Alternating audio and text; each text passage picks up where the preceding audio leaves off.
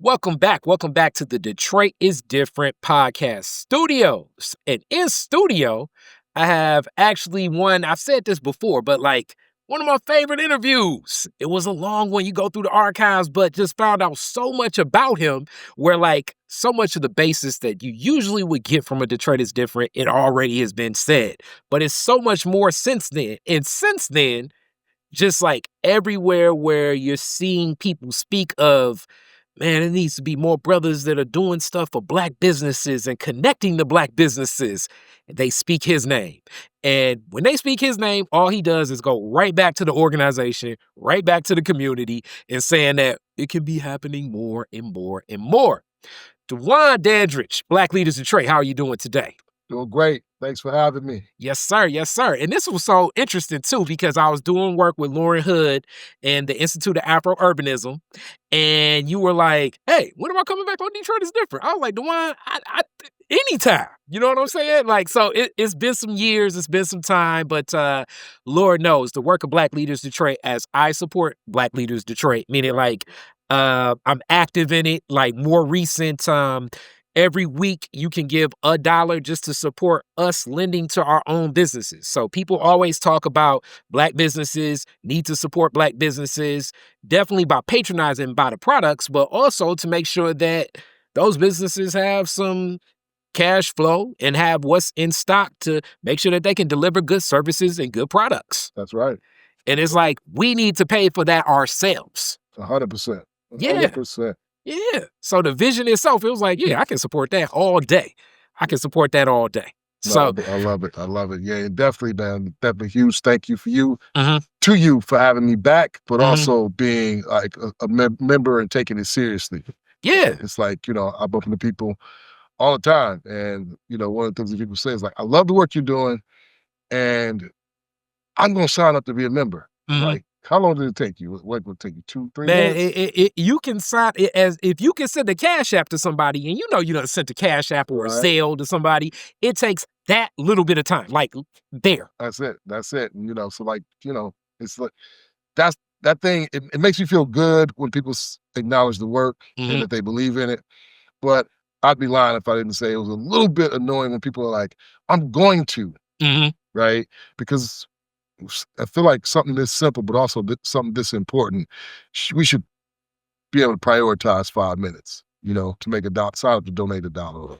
And also, as you've definitely gathered resources from other institutions, philanthropy, people that are like, I guess, angel investors and all types of other money, but like a lot of stuff in life, like if we're going to support our own, we can't be so reliant on that. I mean, right now, especially when it comes to like federal government contracts, it's a lot of organizations, it's a lot of work, it's a lot of things where people are looking at like, damn, that may not exist. Right. Yep. So in 2020, after George Floyd, Breonna Taylor, Mhm. Ahmaud Arbery, it was in vogue, right? To Mhm. say, hey, we're going to support some Black stuff. Mhm. Well, it's not as popular anymore. Because Not at those all. same corporations are feeling the pressure and the pushback. Mhm. So not worrying about them, right? Like, yeah, so like, we choose to boycott here or there.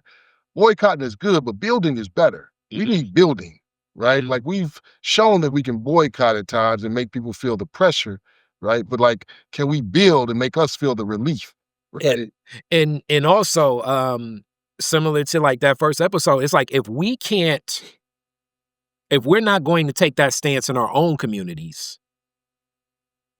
then it naturally just looks like, well, they don't even invest in their own communities themselves. Exactly. And Black Leaders Detroit is one of those models, an institution that's right there. And, there are CDFIs that are in our community that kind of functions a little bit different as government entities, and we're glad that they exist here. I mean, First Independence Bank being one of those financial institutions, and many others. But what Black Leaders Detroit is giving is a new apparatus. And like we say, like that 5 minutes to give, it just takes a moment.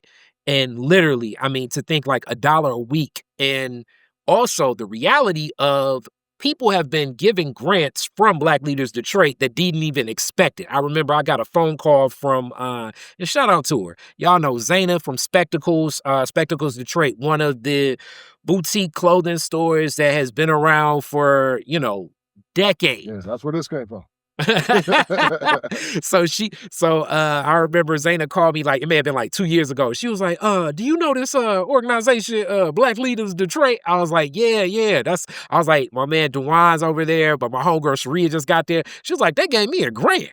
And she was like, I don't ever get grants from nobody. She was like, maybe just a little bit during something like COVID, but nobody. I need to find out more about this organization because I want to give. And I was like, say less. I'll get Sharia to talk to you. And if you know Sharia, that's like one of Detroit is Different's friends for a long time, because Sharia, that's my homie. That's right. And Sharia always mean business. She's like, yeah, I go down there, talk to Yeah. her. And so she made that connection, but it was unexpected. You know, it may have been like a $2,500, $5,000 grant, which I know to some people, the way they talk about money and whatever, but that can definitely help a lot of small businesses. 100%. 100%. I remember the first grant we gave away, right? We started an initiative called Restore the Village back when COVID had everything shut down. And we started with a $500 grant that became a $700 grant because a friend saw that we were giving the money away and said, I want to put some more with that. That's what's up. And that first grant went to Textures by Nefertiti.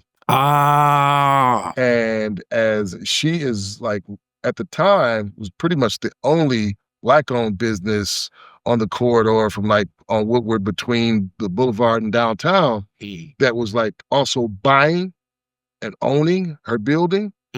She had some serious, she was up against the clock, right? She needed to cover the cost of insurance. And she's like, this is going to help me cover the cost of insurance. Right now, I think she had flexibility. Everybody understood that it was crazy times. So people were working with you on some of the other bills, but not insurance companies.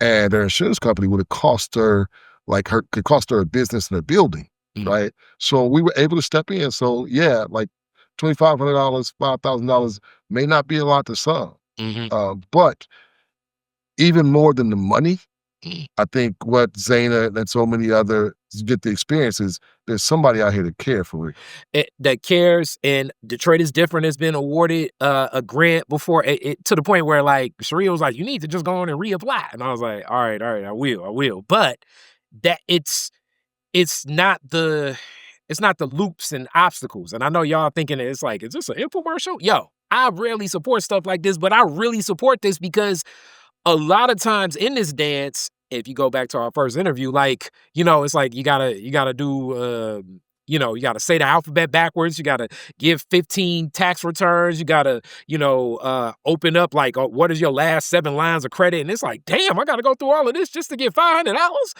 Whereas a lot of the reputation and the relationship you have with community is the deciding factor. That's it. Of where you're going to be granted with Black Leaders Detroit. So, and this is just the reality. So many of the grants, even lending and a lot of stuff can just take you through a lot of obstacles that are not in line step with where our community stands. That's it, right? There's so many unnecessary hurdles that exist out there when it comes to accessing capital. And we like to remove the unnecessary hurdles. And when it comes to the no interest loans, yeah, if we look and we see that you're somebody that just don't pay people back, we're not loaning you any money, right? But if we look and see that, like, you had some challenges because you went through some life circumstances, the people that are making the decisions on if you're going to receive the funding, they've gone through their own challenges, right? Like, I've had a foreclosure in my past, right? So, like, the people that are making the decisions, they'll be able to understand the difference between somebody that's just not going to pay us back versus somebody that, okay, yeah, my credit score is low because I ran into life. You know what I mean? So yeah. And I mean, like I say, that first interview where you just talk about really real estate. As you know, people always say, real estate is a business where you never lose money, which I would never say that. Right. I would never say that. If you own real estate before, like, 2008 crashed, and you know better than to say that. Oh, man. But for us, I'm glad you bring that up, right? So we launched a new product this year called the Building Fund. And that product is the reason the organization was started to begin with. So we've, doled out over, $5 million to this point through our grants and no-interest loans to date. But this one is the special one. So this is a no-interest loan that is geared toward or set up for investors, developers that are doing single family up to 4 units. They can borrow up to $150,000 from us, and it's no interest, of course. And they pretty much have 5 years to pay the loan off, which is a pretty high rate. But most of the borrowers are going to refi or sell the house and pay us back so they can come back and borrow again. Yep. So we're extremely excited about that. We had 15 people in the first cohort. Collectively, I think that closed out at right around $1.8 million. Wow. Which is the biggest quarter we've had by far. Right. Like our biggest quarter before that was a previous record. I think it was earlier this year when we did $670,000 in no interest loan, but that was for the product that was $25,000 or below. And we were like hella geeked when that happened. I was going to say that's like 3 times that amount. Exactly. Yeah. Exactly. And like I always say, man, we really just getting started.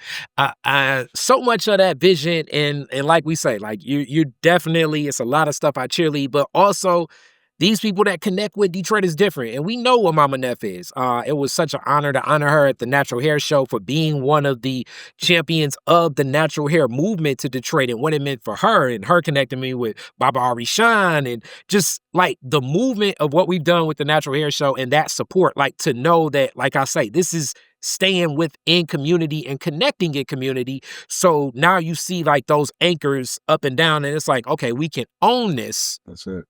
It's powerful. So now I got to get into like the classic more so like, second Detroit is different always, or more so like where things progress and how things have progressed, not just the organization, but you and the organization, which I'm still kind of, it's like I look and I see kind of how you do it because every time I speak to you, you always are uplifting the organization, but the general public's always uplifting you. How have you found like this balance? Because so much of your path when we connect from the first interview, how you've moved in other organizations, you've really been like, okay, it's the work in the org, but oftentimes it's like people like Dwan. How do you find that balance? Yeah, so it's for me. It's always what do people say when you're not around, right? Like that's the way it works in Detroit. You know what I mean? Like when I'm meeting somebody for the first time, I'm not going off of what they say. Like me, myself, I'm not a very trusting person. And I don't ask people to trust me. You know what I mean? Like I invite people to watch me because I'm gonna watch you, right? If we gonna collaborate, if we're gonna work, or if we're gonna think about it, I'm gonna keep my eye on you. And I invite you to keep your eye on me because if I'm not who I say I am, I wanna get exposed and I should get exposed, right? So I always like wonder what people are saying about, I always go off of what somebody's saying about people when they're not in the room, right? And that's how you know somebody has a decent reputation, what people really feel about you, because it just works that way. So I'm glad to know that good things are being said when I'm not in the room. Like I try to be the same person no matter where I am. You know what I mean? It's like there's no, like if you put me on the block, I'm gonna be Dwan. If you put me, at the DAC, you know what I mean? I'm gonna be Dwan. You know what I mean? And what I always want to know is if the real Dwan is not welcome here, I want to get uninvited as quick as possible. Wow. You know what I mean? That's just been my approach. And all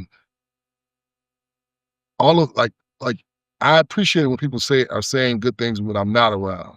And the way my ego and my pride works is it's not super healthy for me when people are saying, give me too many accolades when I am around, right? Because like beneath the surface, I'm really a collar popping, like touchdown, end zone dancing. Hilarious. You know what I'm saying? Like type of brother. But I also know that like that part of me is not like the good part, and that's not the healthy part. Yeah. So I try to make sure I'm exercising humility as much as possible, and I try to deflect too much of that, some of that stuff. When you're trying to grow an organization, branding and acknowledgments and awards like help you kind of expand the vision and get in front of more people. But for somebody that's like is prone to like going off the deep end and believing the hype about myself, some of that stuff is unhealthy and it's scary if I'm being real. Wow. Because like in most exchanges, you're always really more so uplifting the org. And that does make sense. And It's kind of it's the dance of a lot of the conditioning of what we accept, even like as leadership itself, like, Black Leaders Detroit. Oftentimes, like I remember one of the longest debates I got into with shout out to no longer, not currently at least, but Reverend Charles Williams and at the time Reverend David Bullock, and we were talking about the leaderless movement in Egypt. Okay. So this is years ago, and them saying like there's no such thing as a leaderless movement because leaders are needed, and then you get kind of more so in the philosophical realm of what this is. Leadership itself, definitely, we have ideas of what that is, what that embodies, how that moves, what feels like I can follow that. Because technically, it's like, if you have people that follow you, you're a leader, right? But with that also comes those expectations of the group that's following through, what they believe that they're going to get from what that follow is. So like, as I piece this question together, kind of connecting to the other one, as you continue to get in rooms that you weren't in before, the organization starts accepting things that like getting, the accolades, but also the resources. How has that transitioned some of the ideas about the leadership you feel like was needed in our community? So it may have expanded the lens of what you were thinking, or it may have changed it. What has that done? So I guess let me make sure I understand the question, because the way my ADHD works is I got you. I want to go down that rabbit hole of like the discussion and debate that you had. You know what I mean? I know. But if I'm understanding the question, it is okay, as access and opportunity has kind of like expanded. Um, does the leadership style approach? No, just how you define leadership itself. So Oh, some of okay, it is got you, just the got you. wisdom of Yeah, life. yeah, yeah. Sometimes it could be just, you add a couple more years to life and it's like, okay, this is kind of where I define it now versus earlier on or before. Yeah, so it's kind of simple for me, right? Like leadership, the way I see it is, it's not the most important person. It's not like, you get the big piece of chicken. It's not that like, hey, everybody here is to answer to you and to serve you. I think the way leadership works in my mind is you are the first to sacrifice, right? Like it's your head on the chopping block first. If this thing falls, like you the first, like, to sacrifice yourself. You know what I mean? It's like the reason that I'm, get to be leader in my house is not because like I'm a man, you know what I'm saying? I mean, God made me a man and anything like that. It's like, yo, when trouble come to the door, like everybody else in the house get to go run upstairs. I gotta go answer the door. You know what I'm saying? And no matter what that's gonna cost, and like to serve in this role with the organization that is as specific as we are in a time like this, like that's always around the corner, right? If we get it right the way we want to get it right, like this, if somebody didn't try to come for me, it would be a shock, I think, to everybody, right? If we just go off of the history, you know what I mean, of the country. If we get this right the way we want to get it right, like there's no way that like somebody don't try to come for me. And whatever that means. And I've counted that cost, you know what I mean? And I live in that reality. So when I think about leadership, like that's what it is. Everybody else gets to run to safety. Everybody else gets to be safe. And like, if anybody goes under the bus, it ends up being a leader. Interesting that you uplift that, because in that, as you talk about sacrifice, and this is also like more philosophy, but I like this. Dwan can give me a philosophy bag. So, as they say, the most loving thing you can do is give. Sacrifice, I think, is definitely a way that oftentimes, from the era where we're close in age, like, men see like just a role we play in a lot of things. And I'm not saying necessarily women. I think women are sacrificing a lot, let alone, No. us getting here. You know what I'm saying? That's through a woman. You know what I'm saying? And what that was in that journey. With that being said, in giving of it, how do you, knowing that you have that role and knowing that like sometimes it's like, like that clear and present danger, like, somebody coming to the door. But sometimes it's like I always say, the toughest conversation is usually the thing that needs to be said most. 100%. 100%. The courage to do that. Yeah. Where are you building up for? How are you even finding that balance? Because, when it's people that follow you, it's gonna impact this people this way, this group of people this way, and that group of people that way. Yeah. So the approach that I take is I don't allow myself to want anything bad enough to compromise like what's right. Mm. So I don't have any nights where I go home and I'm sitting there and I'm like, damn, I wish I'd have said this. Mm. Like I always believe in saying what needs to be said, in real time. You know what I mean? Not even circling back.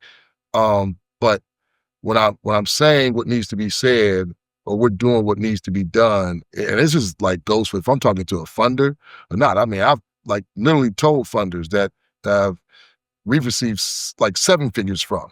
They're like, we don't do any ass kissing here, right? Like I don't do any ass kissing, and I don't allow anybody on our team to do any ass kissing, right?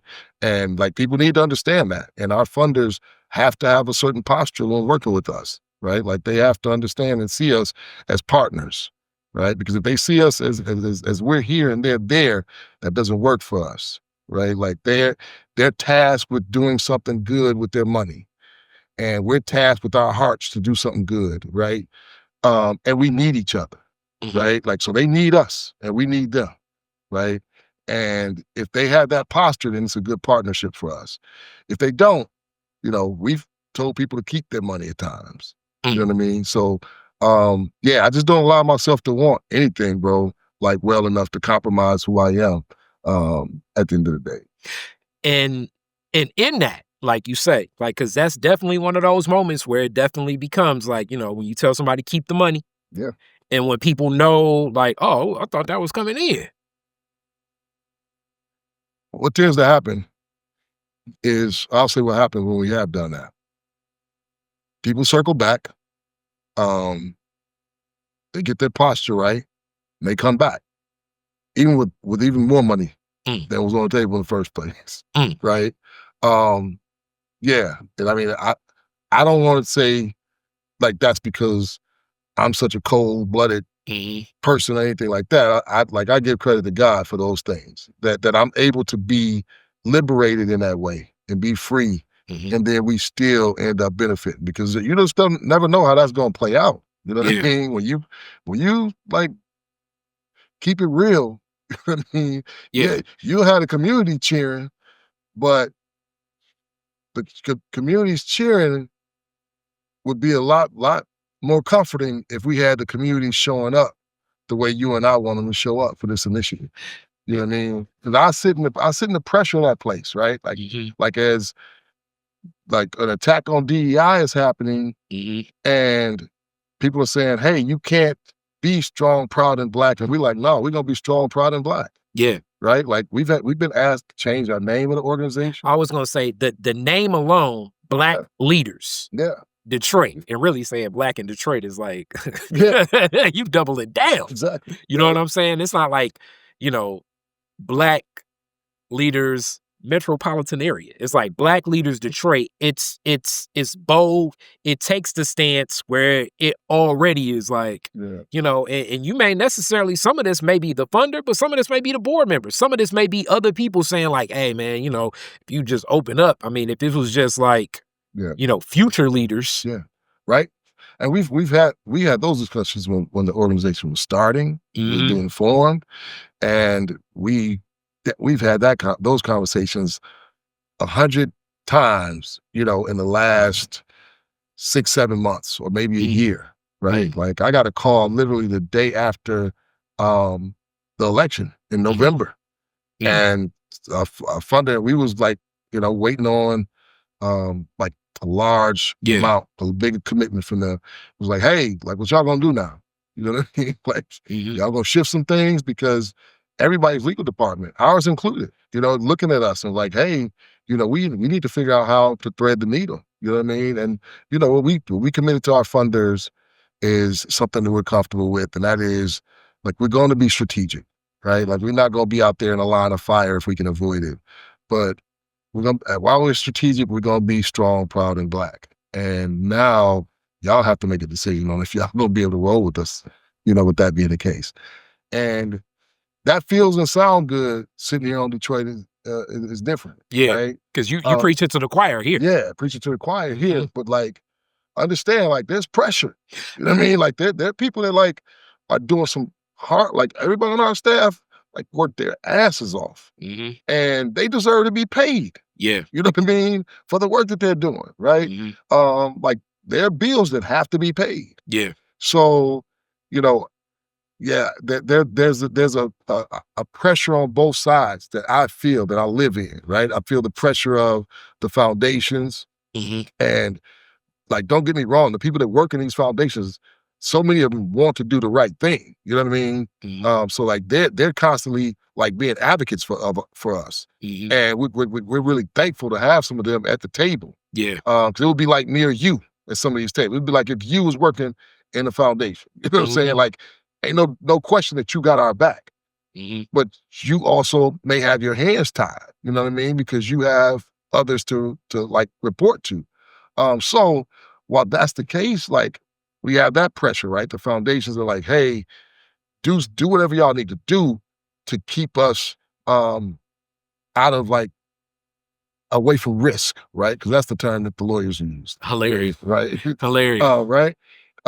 So, and then we feel the pressure of, hey, if we were to like shift up, let's say change the name and change like all of our language, like how's the community gonna look at us now? Yeah. You know what I mean? Yeah. And I would say, like, thank God for people like you that want us to be real, want us to be true, just like we want to be, but you willing to like put some money up too. Yeah. You know what I mean? And that's what we need the community to be. We need the community to show up like that. The same way the community would like help us go viral if they found out we sold out. Yeah. We need them to help us go viral, like when we stand true to who we are.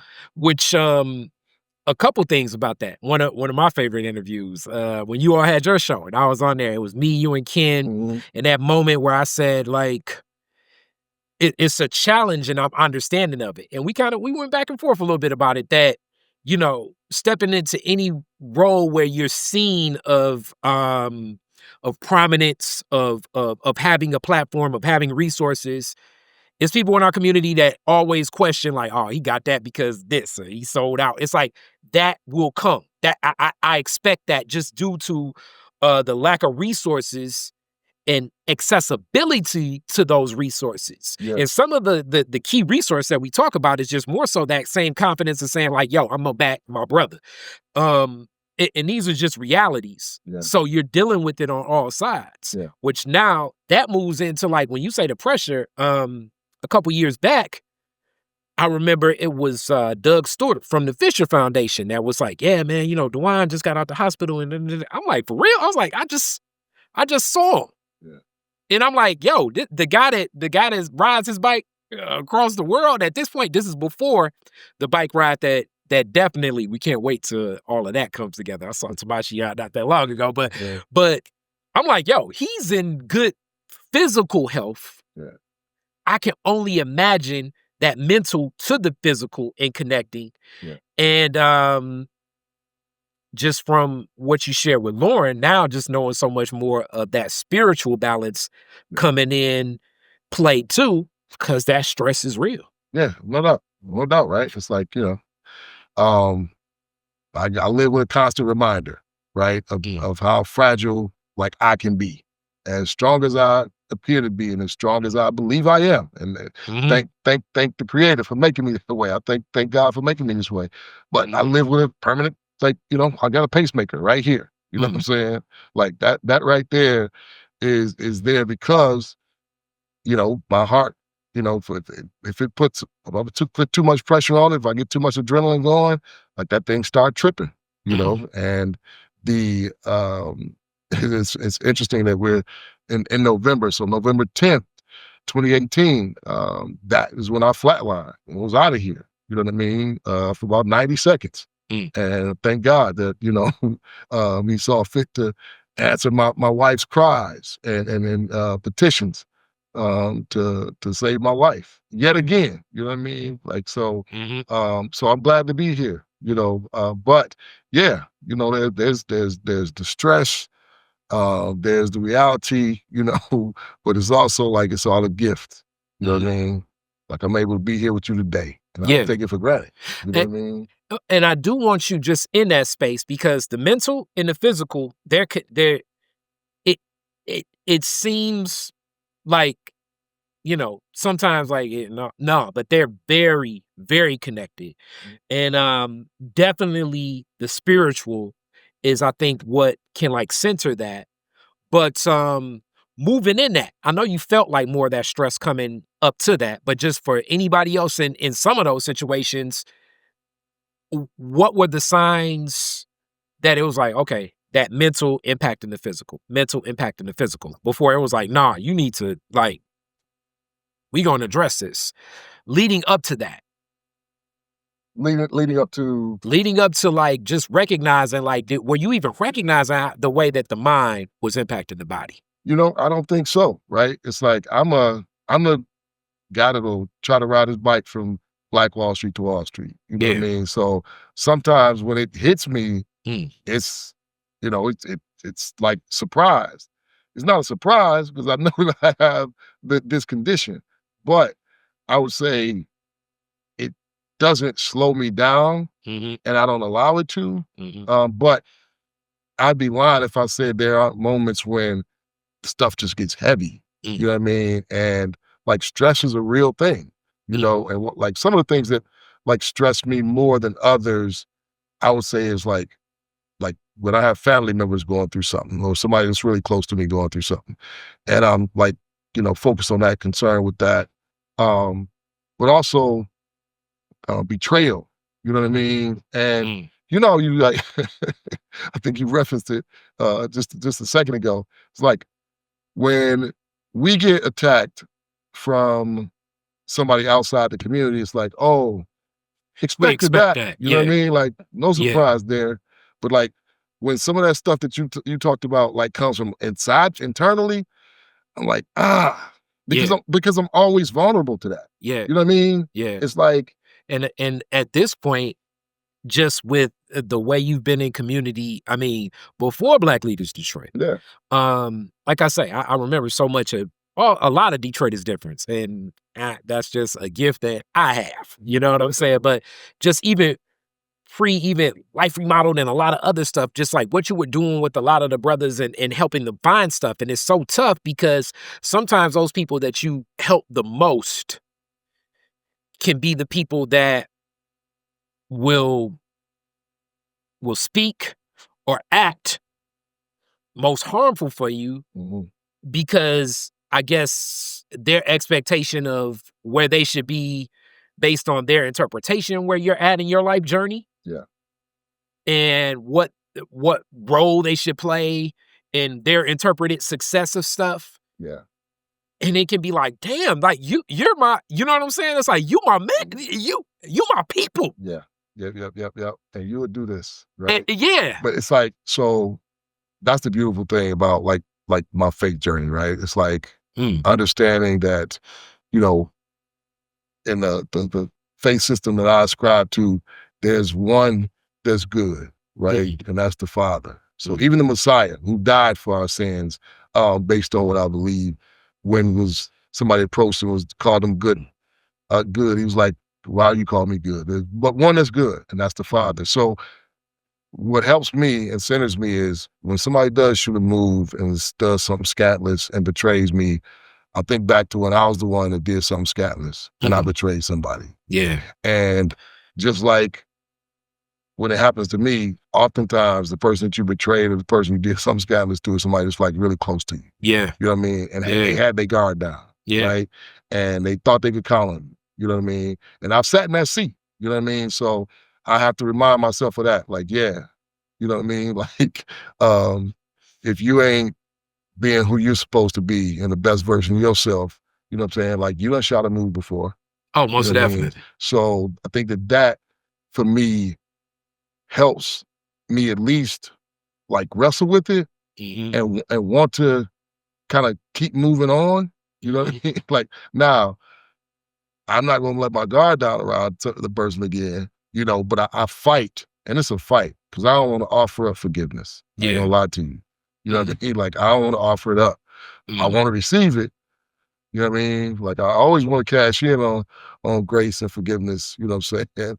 But I don't be wanting to offer it up. And I gotta fight to do that. You know? It definitely is a journey, and I oftentimes just look at so much of like how that could be. Like it just reminds me that like, just whatever that is. And that also plays out as like we say, as the headlines come across, Mhm. as other opportunities are grown, and it could be something as small as like, it's like, oh man, the mayor. Can you call the mayor and make sure I can get a job? And it's like, all right, I love you. You know what I'm saying? But that's not you know what I'm saying? Yes, Like, sir. I don't have, like my dad always says, like, the dynamics of a relationship. That's one of my dad's key things. He's like, you sometimes when you change the dynamics of a relationship, it changes everything about the relationship. So it's like, me and you cool. Now we start hanging out.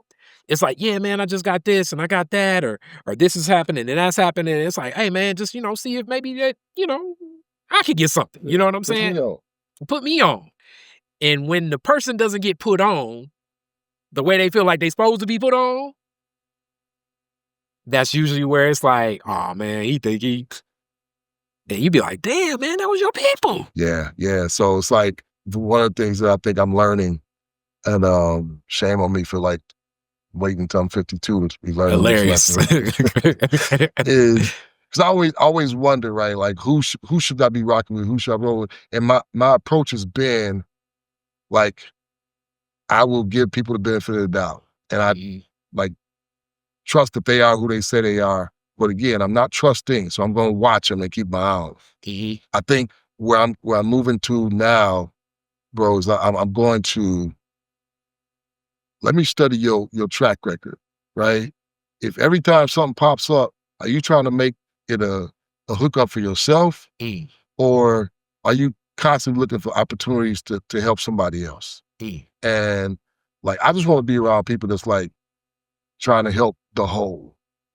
Now, like, we'll benefit if the whole is better, mhm. but I don't. I don't really want to be working real closely with somebody that every time opportunity pops up, they trying to figure out a way to like get them a pinch off of it.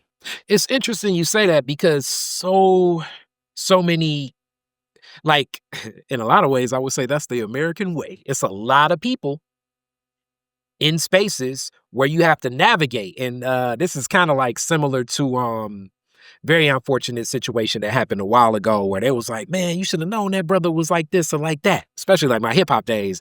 And I was thinking to myself, like, damn, most of these rappers I know are a little bit the relationships I got with them. It's not a lot of people where I say to myself, like, that's a sound individual. You know what I'm saying? Right. If he needed an opportunity to be a caretaker for my grandmother, I would put him in there. It'd be like, oh hell no. And in navigating spaces, and I recognize that this like usury or like usually trying to get over or like looking to get the most, it still comes from that same space of scarcity and lack in your mind of like, that's how it would be with me. Like I often tell people, and thank God that the one time I was in jail, I posted bond so fast that I didn't have to get the experience. But the pressure of it more so, it's not okay, you don't want to be there, but it's more so just the interactions between people because it's like, damn, if he be like, yo, man, I like your kicks. It's like, so I guess I got to get into a fight now. It's Right. the pressure of those situations. And a lot of the brothers I know that have served time, like, they don't like being in, like, they like to be in a corner of a room. You know what I'm saying? It's like, damn, man, you ain't been locked up for 30 years, but still, it's psychologically like, I don't like people behind me. I don't like people on my left side. It's just like, and these is the people I hang around. So it's like, I know this, I picked this up, I don't do that, but it's like, this shouldn't be as normalized. Right. 100%. But this is just stuff like, man, he tripping. Why did he swing on him just because he came up on his left side? It's like, oh, you should have just known not to. And it's like, I've normalized like this behavior and tendencies in, like, something like as simple as like, yo, man, I like your coat. As a black man, you should be able to give another black man a compliment. But where I'm from, it's like, now how did he say you like my coat? I'm walking in this gas station. I should not be thinking, all right, this could possibly end up in a robbery situation. Right. Greenfield, Greenfield, back when we were 15, 16, 14, 15. Yeah. Yeah, guy came around and put his hands on my good friend's coat. And was like, I like this coat. Let me have it. And yeah, it went down. It went down real quick. I didn't know how deep they was before I swung on the dude. She get him up off my partner. But on the flip side, right? So like, because like we're conditioned that way. Yeah. I mean, like that experience was very real. Yeah. But what was also real was me being able to go to the Million Man March in '95 and be in the midst of 1.2 million brothers where I'm surrounded on every side. And it was nothing but love. I was very young at that. I'm 13. My mom was like, you're gonna go. It was like my mom, me, my dad, a couple other brothers. And I know a lot of people talk about that experience. And Farrakhan gave one hell of a speech at the end. But even to this day, and now that's beyond 30, that's 30 years ago, right? I've never felt the feeling, and it was actually when we first got to the mall, and it was no programming, and it was a lot of brothers like, we from DC, and it was like, we from San Francisco. It's like, we from Detroit. I've never seen like it almost like, to explain it, of brothers being in a space like where it wasn't like people like looking to like sell a mixtape, or like just that energy that we felt like about, that wasn't there. It didn't even seem like, it was like women walking by, but guys wasn't even focused necessarily on that. It was really a spiritual experience. Yes, bro. Yes, that's what I was waiting to. I wanted to hear how you describe it, because that's the way I describe it, right? I said it was like the most spiritually rich experience that I've ever had in my life, outside of my children being born, right? Like watching my kids come through like to life. Yeah. That was like the top for me. But this was it. Like nothing else comes close. If I take my kids' birth out of it, nothing comes close to that. Yeah. As far as spiritual experiences. I mean, and I've had like some spiritual experiences. Yes. Right. But like that was so rich. It was like I was transformed. Right. It's like the whole like concept of 1 million people donating $1 a week. That came from there. Wow. You know what I mean? It's like, I don't know if you remember when we were told to go in our pockets and pull out $1. Yeah. Right. And while we holding them in the air, what was said is, this is what they fear. Yeah. Us coming together collectively with our economics, because if we do that, we don't need anybody to solve our problems. We solve our own problems. That was burned in my mind. Yeah. You know what I mean? But what also happened was, like, I never mean mug brothers after that. You know what I mean? Like, that persona we get we put on when we walking down the street, and we want to make sure somebody know not to try me. Yeah. Like, I never did that. Never did that since then. You know what I mean? Like, it's love. Like, I've had brothers tell me, like, say to me, when I'm trying to shake their hand, I ain't friendly. And I'm like, well, I am. Yeah. You know what I mean? Like, that's okay. I am friendly. Yeah. You know what I mean? And that, I didn't think you would speak to that, or I would have a platform to say that this today, but that's the cool thing about Detroit. Is different. But it was an experience, and I was younger, that still burns in my mind. Sure. I've never felt anything like that. Yes, sir. Like that much pouring out of love, and especially from all these brothers, because that's really what you don't expect. Right. That's right. I'd never experienced that before. Because of all of the conditioning and things going on inside of us and everything. It was almost like, let's pause this day. Yes. And then we pick up later. Because really, I'm telling you, it was before all the speeches and the programming started where that was really cemented. Well, it was in the air. It was thick. Right? It was thick. And not like one incident. And I mean, this is a different type of America at the time. I mean, you have a Clinton in office, but this was like soon after the O.J. Simpson trial. Yeah. This is 95. You know what I mean? This is hit 'em up. Yeah. You know what I'm saying? Like, you would think like almost like the FBI would pay a brother to do something, two brothers to have a fight. But I can guarantee, even if something like that were to happen, it would be enough people to say, yo, we ain't even having this here. I think even a setup or whatever it would have been. I think the presence of God was so strong there, like coming through us. Yeah, I think the presence of God was so strong that if somebody would have came with those intentions, it would have foiled before you even like got a chance to enact. You know what I'm saying? Yeah. And also that is why like every time I see like these like championship rallies and all of that stuff, I'm like, no, I know what a million people feel. Right. So like the as much as I love that Pistons rally, you know what I'm saying? As much as like, you know, I was at Barack Obama's inauguration in 2008. I know what a million people feel like.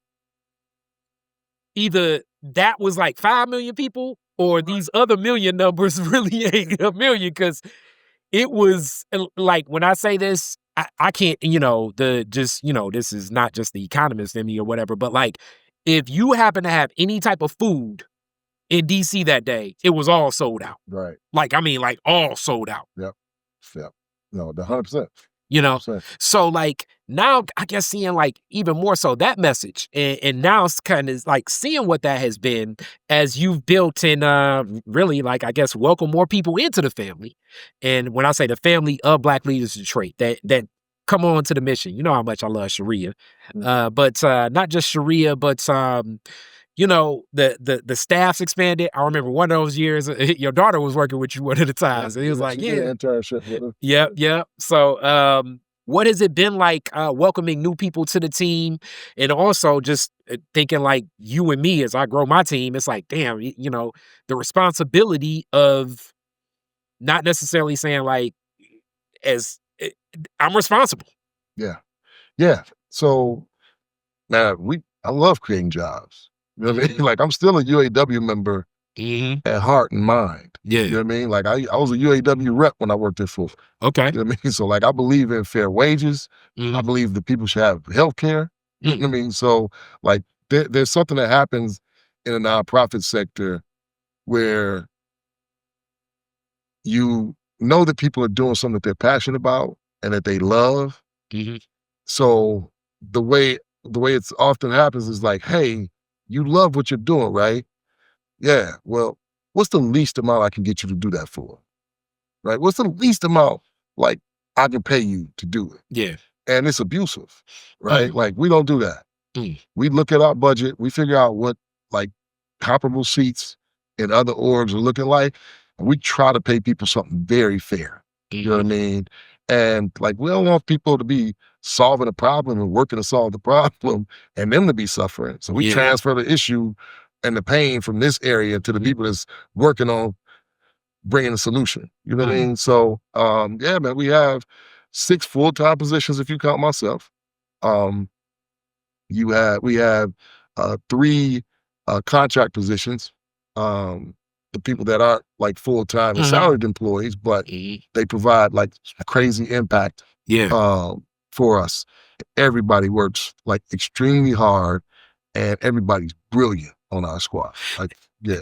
And you also, like I mentioned, Tamashian, and I met him through the interview that I did speaking about the org, and also contracting with other Black businesses along the way too. Yeah. Because especially with what I do in production, I can't tell you how many times I go to events, and sometimes I know it's because you need the union house or whoever they work with all the time, but like, I see AV production and it's like, damn, you ain't got nobody black here. You know what I'm saying? And I'm like, you're talking about all the black stuff, but it stopped right there where you spending your money. You know what I'm saying? It's like you're turning over dollars within of our community as well, and giving a lot of businesses something, access to capital too. Yeah. Oh, 100%. Right. Like we were talking earlier today, in the gym shoe brand Dada came up, right? Like that was the brand that my sister had started, and Chris Webber was a partner with hers. And I was just telling somebody, like, yeah, I just threw mine away a couple of years ago because I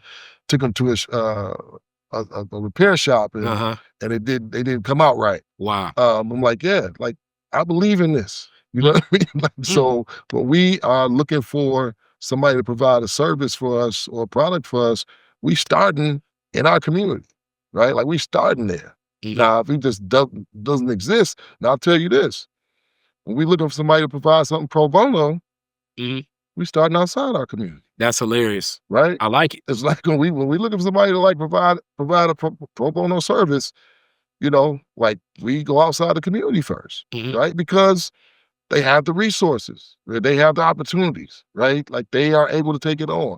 We don't want to necessarily put that pressure on somebody else in our community to say, hey, you know what I mean? We know you love what we do, so like give it to us for free. Yeah. You know what I mean? And that's one of those things where my dad being an entrepreneur, and it's funny, it happens like that. And sometimes I do, Lord knows, the Carly Frazier's business model, I do not do business how I do business because I say like, look, I'm gonna be honest with you. You know what I'm saying? I'm gonna be honest with you. It's like, if you're this organization, I gotta charge you this. If you're that organization, I may change some things around. Now, it's obviously gonna be less things in the package. It's still gonna be at whatever standard, but I mean, if I get a contract with the UAW, I can't charge them what I'm charging the Michigan Roundtable for Just Communities at USEF. It's just the truth. Now, business school would say you got to come up with reasoning and all of that stuff. Yo, I'm gonna come up with whatever, and it definitely will justify. But I'm just gonna be honest because I want to make sure that these tools get to our people. Yeah. Now, the flip side of it is,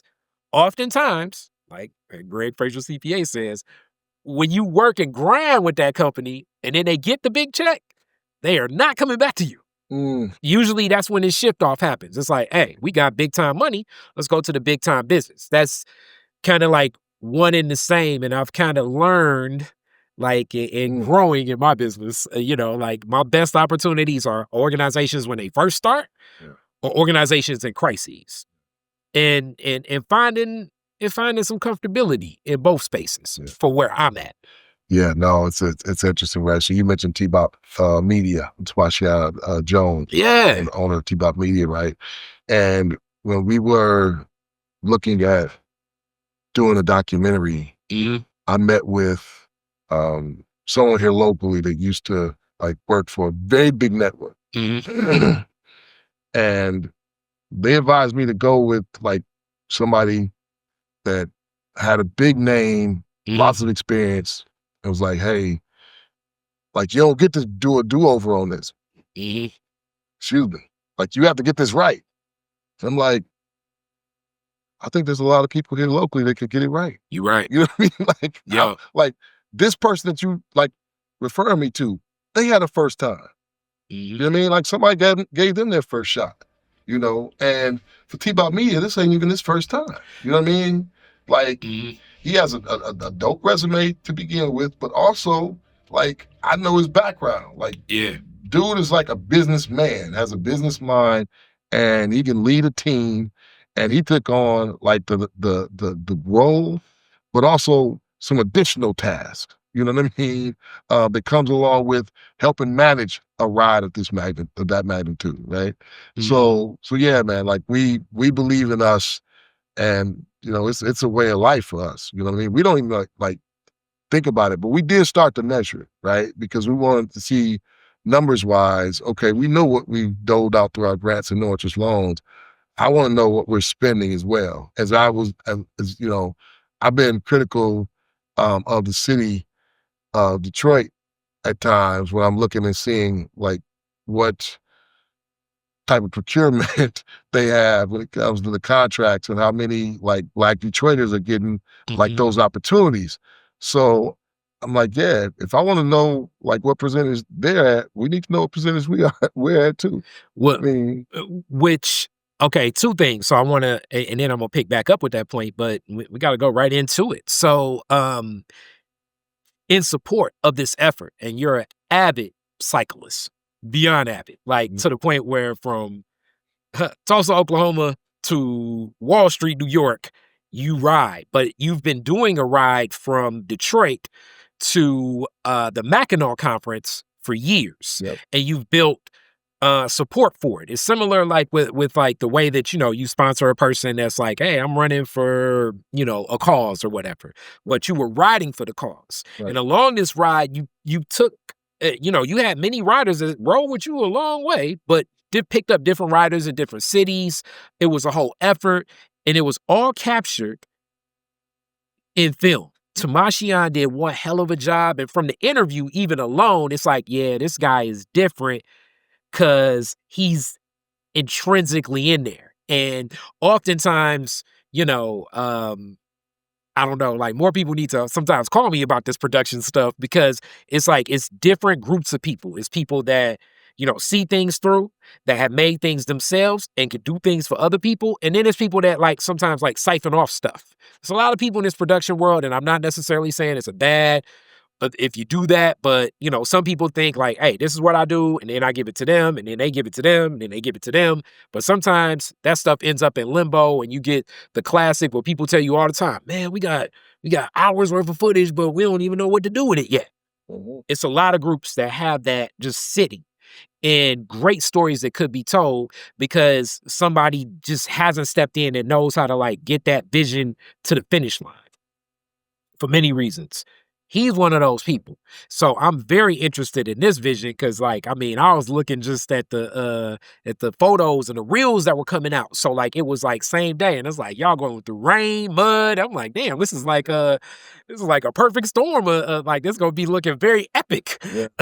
you know? Well, you talk about rain, you talk about like 98 degrees, riding Yeah. up and down hills. Yeah, it was serious. But yeah, no, we enjoyed working with them and hmm everybody put the whole team that rode with them. Like we enjoyed, like we spent a lot of time together. Yeah. Like about 40 days. You building bonds. Yes, yes. You know what I hmm mean? Like we eating together. They used to do a push-up challenge every day. Oh man. Sometimes the cyclists, we get out there and do some push-ups with them I, sometime. I would While not. I would not do while both. riding through the crowd, you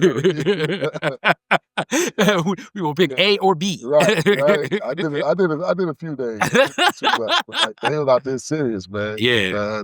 Trying to knock out a couple hundred push-ups a day, some of 'em. Mhm. So yeah, it was dope. But we enjoyed it, and like you say, like we just have confidence in us. We don't need we're not coming to it saying, hey, um, I don't believe you can pull this off, or I don't believe that you're as capable as anybody else. You know what I mean? Mhm. We expect us to be, especially if you have the resources and the equipment and all other Yeah. things that are necessary, right? Like that's the thing that makes the difference at the end of the day.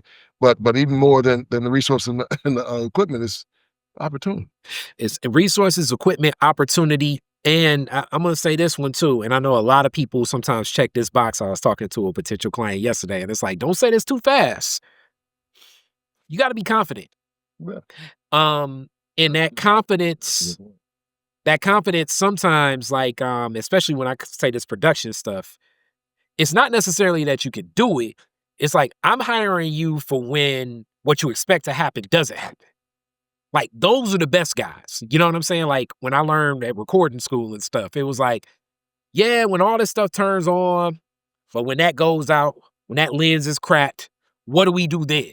It's like now we're getting into like, how do we still make this happen? How do we still deliver the product? This sounds horrible. How do I pull together the audio? Where am I going to go to? What are the resources I got to do? Like that's in my world of production, but it's kind of like in all worlds of business. So the confidence kind of comes from like the problem solving, and you don't want to have to deal with a problem, but You better have a problem solver if one pops up. exactly. It's kind of like, when y'all we in Detroit, so you sometimes may get some car repair. You know what I'm saying? When you go to that shop and it's sometimes just an attitude sometimes when you talk to the people like, and then they give you the analysis and they give you the diagnostic and they're like, okay, we can deal with it and everything will be done. It's like, that's the shop where I'll be like, I don't know. But then that other shop that's like, look, you can do this, this, and this, and it'll get you rolling. You'll probably be back in here in 6 months because you're going to need this, this, and this done. And it's like, damn, I don't want to pay that much money, but I kind of want to go with this guy. Yeah, you see this. Right? You know? Yeah. And to the other point I wanted to hop into, and it's talk about like putting your foot in the mouth. Kari can do that sometimes, but you're at a lot of events with a lot of other business organizations. And I remember, Suzanne always with me all the time. I'm like, it's so unique that I go to so many of these business events. And Black Leaders Detroit is going to be there. And they're going to be on stage near the end because time after time after time, Black Leaders Detroit is at other people's events being the only one giving money away. And maybe it's just me, but I'm like, you shouldn't even let this happen. Some of these organizations and some of the groups, it's like, you know what I'm saying? It's like you wouldn't even allow, you know what I'm saying? Like, you know what I mean? Like if this was my, my basement casino, it's like, I can't let you be the bank. Yeah. But it's who we are, right? So we don't begrudgingly do it, right? Oh. And the other thing is some of the orgs don't do money. You know what I mean? So we have some partnerships and like that. Money's just not their thing. Some like teach you how to get money. Right. So like we would step in. So if we were having an event, it was like, hey, we needed to teach somebody something. We would have them there because that's their thing. You know what I mean? So like the giving away money is what we do. You know what I mean? I know, but it's almost to the point where like the giving away money is like the hook of most of these people coming to the event. It's like basically like, pick up basketball, you Jordan. Yeah. You know what I'm saying? It's like, all right, I know y'all here to see Jordan. And it's like, we need to at least pull, because some of this stuff, it almost should be embarrassing because it's like, y'all should be doing it. Y'all should be like Dwan. We got this. So there was an event a few years ago. And I was on a planning call for the event. And it was, focused and centered around small businesses. And this is like just kind of coming out of COVID. So, and I mean, I remember it just coming out of COVID because like we just got to the point where we were having events again. And the discussion was, hey, what do we need? What do we need to have there? We got business owners there, you know what I mean? We got like other people and they sitting there. I'm sitting here like, I'm kind of new to the table and I'm trying not to be the first to speak. Mm-hmm. And I'm listening and I'm like, they're talking about, these type of services. And I was like, you hit the little thing to raise your hand on the Zoom call. Like, they need money, right? We have some, like, people need to walk away with money from the event. Like, knowing like they got money there. Not something they get to apply for money there. Mm-hmm. Folks need to get awarded money there at the event. Yeah. Like, that's what they need. Like, all of this other stuff is cool, but like, we're talking about like an emergency situation. You know what I mean? Mm-hmm. And if we're getting ready to give business owners, entrepreneurs, one more thing to do, one more thing to go to, right? It should be some money there. And I mean, we're still like the smallest pot of money out here. And that's the thing and it's so weird because it's so weird that like saying that is damn near revolutionary, where it's like, and you go, this stuff will be like at it'll be at Little Caesars Arena, it'll be at like Ford Field. It's like, clearly you're spending money right on what this is. Yo, if you got money to give to business owners, it's like, we can meet in the parking lot. That's what they're here for. They'll go through all the classes. They go through all the training, where I think it's one hell of an ecosystem. Now, me and April have definitely, shout out to April. And, April's definitely supported Black Leaders Detroit, where I've given that, where, yes, a lot of the classes and lessons and business plans are definitely needed. But most of these business owners are going through all of these ecosystems just to get some money, even if it's weird microloan systems or something. Like, they're there to get some cash. It's like, what we gotta go do? I'll get to 5,000 after this. And it's like, their presence of mind ain't even really thinking about whatever they're learning. So it's you like, said something real. And I don't know that we're ready to hear that as an ecosystem. But it's You know what I'm just saying? like, I don't know that we're ready to hear that. but it's Like that, real. like you need to play that back. But it's real. Yeah. It's like, that's what they want. It's like, come on now. You know what I mean? Like, this ain't, you know what I mean? I sit and I listen to this person and that person, and they from Detroit, and, you know, this is a celebrity, and that's all cool. But yeah, like I say, if Black Leaders Detroit said, yo, we're going to be in the parking lot and we giving away $1,000 grants right now. Oh, no, I'm going to be full. I'm going to be full. Yep. I'm going to be full. Yeah. Yep. And from it, and I definitely don't necessarily. And we're about to save people a lot of time. Save people a lot of time. You know what I'm saying? It's like, and let's put it like this. Definitely a lot what would happen with, I mean, my business too, and many business owners, you entrepreneurs, well, like, you think that money's going to solve problems. It usually doesn't all the way. So like, I think sometimes the funding should come, like, that's where really I think the relationship starts there. It's like, all right, here you go. Here go to your $30,000. Now that you got the $30,000, let's work together about how you're going to manage it and navigate it. And then be honest, and don't try to put people in a pressure situation where they're like, should I open up a new bank account? Like, no, you ain't got to do all that. But we do have to figure out, what do you think will work? What's going to be revenue generating? You probably, I don't know if I shared this with you, but in my mind, this is Akari mathematics that I'm working. April's heard it, and April's like, she's thinking on it. But I think back to like that same scarcity, especially like a smaller business, Black business, I'm thinking specifically, like when we get 30,000, we're looking at it like it's 60,000. But really, when it gets to our business, it's probably spending like 15,000. So it's like, we need to have an understanding sometimes, like, really what the asset of cash is, because cash is a very depreciating asset, even as scarce as it is. Because you're thinking you're going to be able to hire this person and they're going to, they're going to love your business as much as you. Probably not. You're thinking that, okay, when I get these products, people going to respond. Probably not. You should almost kind of like look at that influx of cash and be functioning a little bit more across the board at what could grow a little bit. Yeah. Yeah, I would say, excuse me, man. Mm-hmm. I would say that $30,000 with us in smaller businesses is often like $15,000 anyway. Just on the strength of, we're spending a lot more for all of the needs, goods, and whatever it is. Like whatever we need to bring in the door to make the widget, you know what I mean? Yeah. Like we're spending more for it because we're not buying in the same level of bulk as, the other widget makers. Yeah. You know what I'm saying? It's like they're making something and like they're just bigger. Yeah. So we have to, so we have to be able to figure out how to stretch those dollars. But I think the information that they get from the other business serving organizations is huge, right? Oh, it's some phenomenal information, but without the cash, it's like, I don't know how much they're paying attention to this stuff. Yeah. Because it's like, it's people that kind of go from one to one to one, and it's like, it's all kind of in the same, like, the instructors, sometimes leadership. It's almost like three-car money, you know what I'm saying? You're here, you're there, there, they move here, they invest Detroit, and then they end up there, you know what I'm saying? And it's like, something, the capital has to be there. The cash I agree with you there. But I say, like, so much of what we do is, so the way that I've operated, like Kari, is I've chosen information even before money at time, right?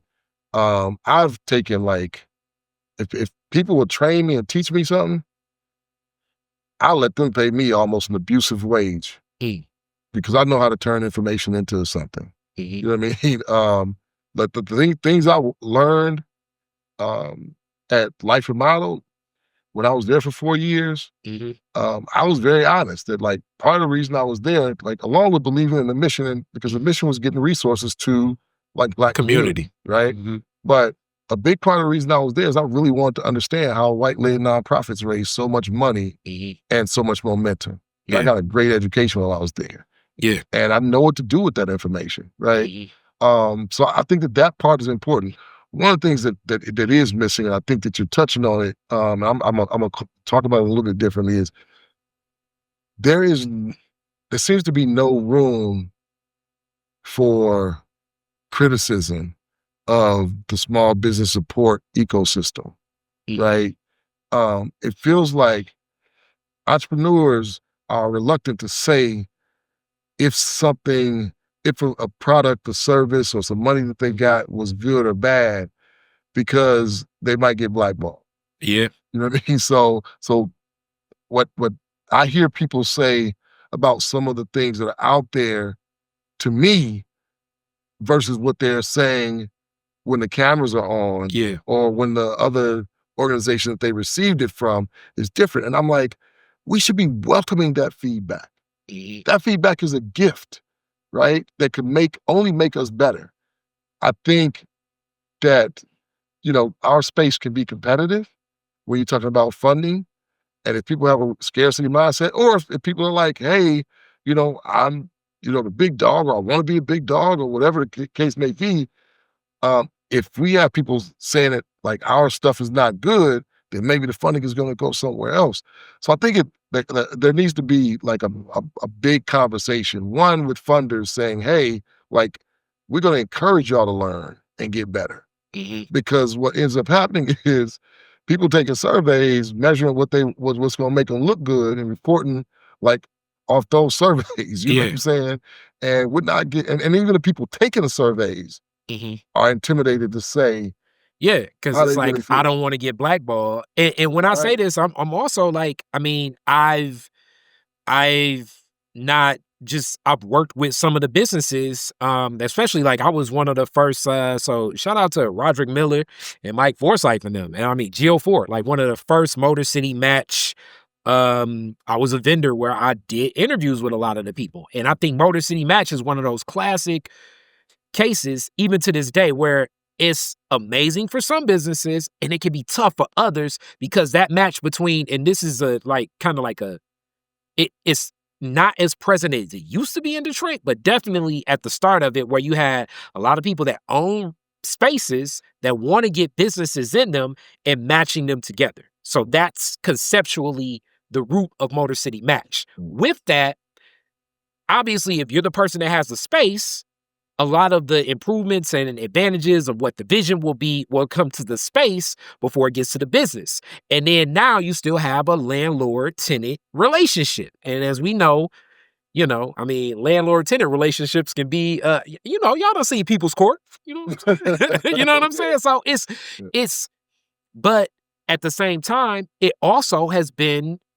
fabulous for some. Right. And then the reality also is businesses themselves. Right. I mean, I went to, my business after Lewis College of Business and my long hiatus from school. I was at Henry Ford Community College. And at Henry Ford Community College, it like just my business classes, I'm going to tell you, of the 30 people in the class, 25 of them wanted to own a bar or restaurant. And we know the percentages of bars and restaurants and the failure rate of it. So also like even how we manage and look at what success is. Right. Right. Yep. So I mean, I think there's a great opportunity for us to like we salivate over the thought of somebody sharing some like honest feedback that may hurt our feelings. You know what I mean? But like we want to get it right and we want to get better. I always was thinking, because one of those trips I went to Akron and they have like spaces like this, but like, I just want your feedback on this. This is just me really talking business, but similar to what the Russell Industrial Space was, but like a more open market type pop-up space or like, and then I guess, I know as Jennifer say, don't pop up because it's not going to be always there. So love my Jennifer. But like a space where multiple vendors can like try some things and you may have like a one point of sale system and you can like switch things in and out or something like I'm not making it like a mall, but it just seems like it could be like a open space for like many vendors to share and sell like that. I know there is Eastern Market itself, but similar to Easter Market, but like an indoor location where you can have multiple venues. I mean, right now Easter Market does feel a little bit different than I think it felt when I think of it, because it's definitely a lot of clothing people and other stuff there. But like, it could something like that just be placed where some of these businesses could like kind of like start in their retail journey in a space and then grow into more things? Yeah, I mean, I think so. Keyword is think, right? Because Yeah. some people put some headphones on you and give a microphone and Yeah, camera, yeah, and they yeah, like yeah, yeah. people like expert on all things. It's like no, Mhm. but I got some thoughts on it, right? Yeah. I see like people put pop-up shops on the Avenue of Fashion, right? Mhm. And where people can come and test and see if they can build a market, they can build a customer base, right? Yeah, the Grand River Rosedale. They Grandma exactly. Rosedale It's a has spot that over because there. I remember, man, I'm forgetting her name, but I like the coloring museum lady. Right, right.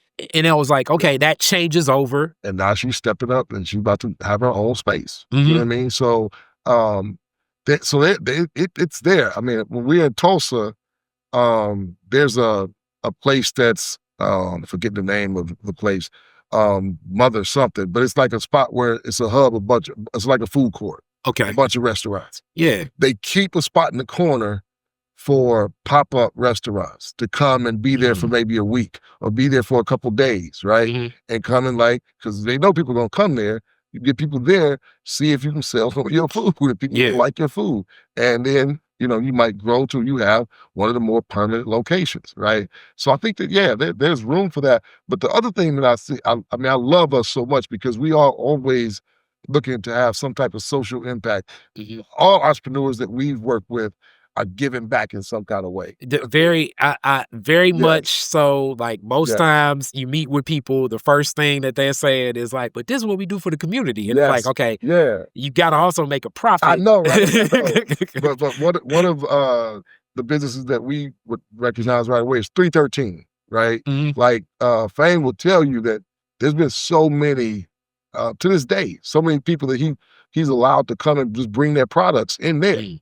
and let them sell their throw their products on his racks. Mhm. You know what I'm saying? And people come in and get turned on to some of their things. Mhm. So I think that there's some of that happening organically that we just don't even know about. You know what I mean? But what you're describing sounds like something that could definitely take place, and maybe it's on you to lead No, here we go. See, I it. should no, Dwan was gonna say that. Yeah, we could probably be think of stuff like that because like it's components like with the shipping yard, it's components of it, but Mhm. I just think that something could be a little bit and like and then that way that's where I see like the teachings, the trainings, like the workshop. Like now it's like Yeah, less abstract and it's more like, yo, no, I see you. yeah, yeah, Like we was there, we see this point of sale. yeah, We're seeing where you're going, yeah. what was happening, understanding. Like, I mean, yeah, even finding work of like, I mean, because that's one of the toughest things. One of Suzanne's now workshop is working with Gen Z. When you Mhm. when you Gen X, how you work with Gen Z? Because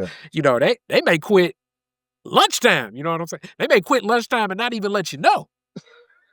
You left. I'm being real. Hey, You know what look, I'm saying? I done had some Gen Xers quit too, but I was in roofing, so Oh yeah, roofing is tough. So I can't even imagine. But you know what I'm saying? Like no doubt, no doubt. quitting lunchtime and not let you know is like woof. Yeah, yeah. I You mean, that may be somebody that actually like working on what you're describing. I don't want like yeah, yeah, like yeah, break yeah, break. yeah. But whoever they are, I would love to welcome Yeah, them in. yeah. So 100%. I'm sure they would love to come in oh and yeah. share with Yeah, us. let's talk about that because I want to support that. Detroit is different. I got some resources to push in that because it's a lot of people I know that want to start and they're so focused on that I don't think they're even getting the lessons and understanding like profit margins. The toughest thing for entrepreneurs when you pay yourself. I Right, people ask me that all the time, and I don't even know how to give them the answer to that because it's like like it becomes all philosophical. It's like, okay, so mhm, what are your returns? What's your, and it's like, I need to pay my car insurance. And it's like, right, pay right, it. So,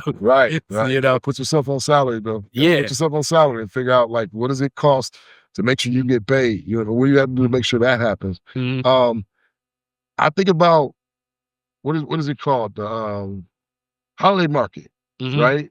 The holiday market, it sounds similar to what you're describing. In Campus Martians, In Campus Martians, right? And it's, we know because we've actually provided some loans to some of the people that are in that space. Exactly. And what we found out is in that 8 weeks that they're down there, I think the average amount of revenue that they experience is like 68 grand, you know, and like, or was it $68,000, something like that.